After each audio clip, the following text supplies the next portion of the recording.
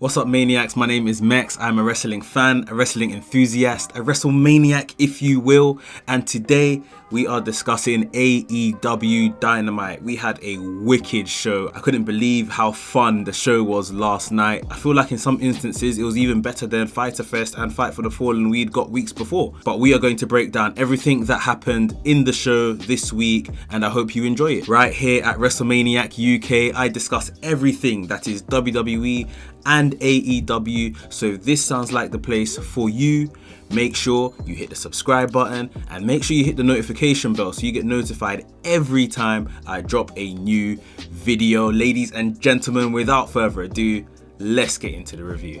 So straight out the gate, right after the intro, Cody was already in the ring, ready for his TNT Championship competitor to come out, his opponent. And we had been told it was going to be a top independent star. Given the fact that all wrestlers that were released from WWE were allowed to start wrestling again, I did think this was going to be someone from WWE. However, an indie veteran came out, Eddie Kingston. And I won't lie to you, I didn't know much about this guy at all. I think I've maybe seen his stuff once or twice in my lifetime, but he's an 18-year veteran, and boy oh boy did he really get the show off to an amazing start. His promo was so impassioned that he cut before he began, so rude, so brazen, really had that kind of street kind of mentality and street swagger about him. And him and Cody put on a brilliant match. There was a part in the match where he had hurt his knee and Cody was working on his knee. Even then, his brawler style really came through, and he went and got thumbtacks from underneath the ring,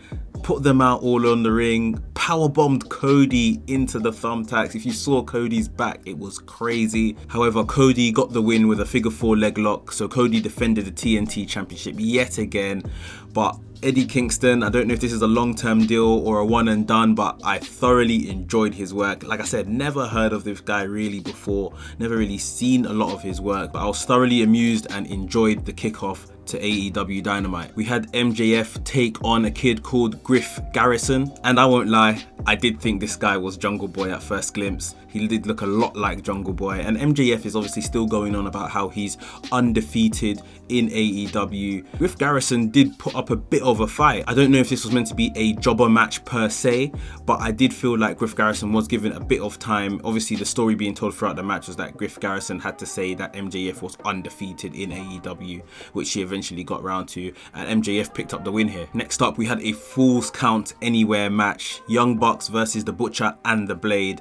This match was terrific. This is what a lot of fans, I feel, resonate most with AEW. It's this madness, this level of this can't be controlled, this can't be scripted. The match that Butcher and Blade and the Young Bucks put on here was pay-per-view worthy. This could have main evented the show. This could have really main evented a pay-per-view in my opinion. It was such a good match. Starting in the kitchen, of course, that's where you're gonna find Butcher and the Blade.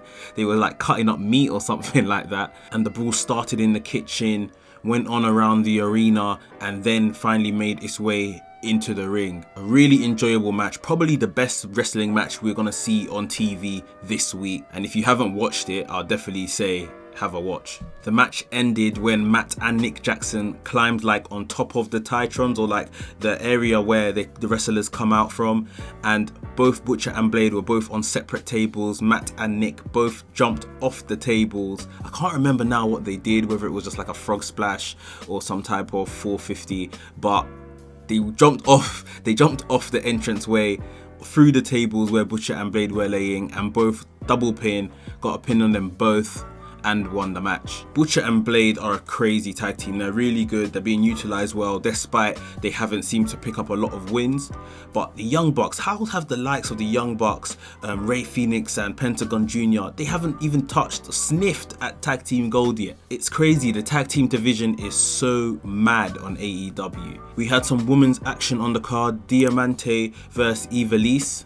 And I won't lie to you, I'm not really familiar with either of these women's work. I've heard that they have both been on AEW Dark and doing their thing there. So it was good to be introduced to these female superstars that are now kind of making a bit of a main roster debut on AEW Dynamite. And Diamante picked up the win here. I think that was pretty much the first hour of AEW Dynamite, and it was crazy. Like, it was literally such a fast-paced, entertaining first hour. The second hour was good as well, but the first hour was literally straight out the blocks. Like, we're gonna go for it tonight, guys. Before we move on, if you are enjoying this review, please make sure you hit the thumbs up button, give me a like. It does a lot for my channel and I thoroughly appreciate it. Next up, we had Alan Angels, also known as Five from the Dark Order, I believe, taking on Hangman Adam Page. And this is the first time in a very long time, I think, that we've seen Adam Page in a singles match. Obviously, he is still the tag team champion with Kenny Omega. And this match was a good match, more or less middle of the road, nothing special. Adam Page got the win with a clothesline in the end, but it was what took place after the match. Mr. Brody Lee from Dark Order entered the ring and told Adam Page, look, it doesn't look like you've got many friends around, but in the Dark Order, we all protect each other. There's loads of us that can be friends basically in the Dark Order. Basically telling him, join the Dark Order. Adam Page humorously replied he doesn't have time to join a cult right about now. And Brody Lee said, you know, you've made your bed, so may you lie in it. Evil Uno, Stu Grayson, a couple other members of the Dark Order descended upon the ring and literally laid a beating into Adam Page. And just as you thought maybe Kenny Omega would come out and make the save, being Adam Page's tag team partner, it was actually FTR. What are his new drinking buddies, I guess you can call it? Dax Harwood, Cash Wheeler came out, made the save, and last but not least, Kenny Omega shows his face when it was all really said and done by then, to be honest. So it's interesting, the dynamic and the new seeds being planted where Adam Page is getting on with FTR quite a bit now. Kenny Omega is kind of being pushed to the background. However, Adam Page and Kenny Omega are actually still tag team champions. So I guess this is really gonna drive a wedge in between their friendship and their collaboration as champions. In the main event, we had Jurassic Express, Jungle Boy, Luchasaurus taking on Chris Jericho and Jake Hager from the Inner Circle. This match basically came together as last week. Jurassic Express laughed at Chris Jericho for getting the orange juice all over his $7,000 jacket. Chris Jericho still wearing that orange stained jacket this week on Dynamite. This match was good, but just didn't really capture my attention like the Eddie Kingston Cody match, like the Young Bucks Butcher and Blade match. It was good, but kind of slow in places. We had a fun part in it where Chris Jericho went to get Floyd his baseball bat and he had a bit of a to and fro pushing with Aubrey Edwards, the referee.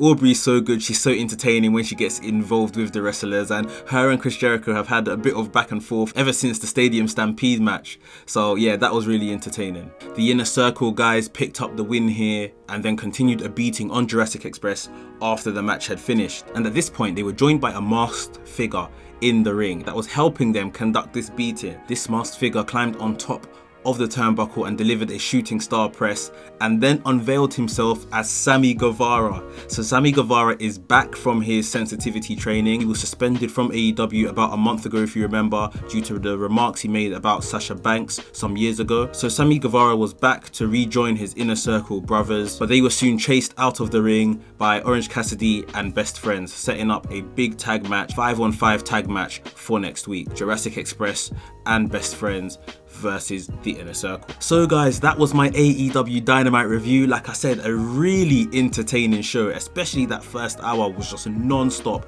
Good matches, good spots, really entertaining stuff. And from a quick glimpse I had at the ratings this week, it looks like AEW completely destroyed NXT this week with about 200,000 viewers more or so. Guys, what was your favorite match of AEW Dynamite this week? Let me know down below in the comments. And if you enjoyed this review, please give me a thumbs up. Like I said earlier, I thoroughly appreciate it. And if you're new here, welcome. Make sure you hit the subscribe button and hit the notification bell so you get notified every time I drop a new video. WrestleManiac UK signing out, and I'll see you soon.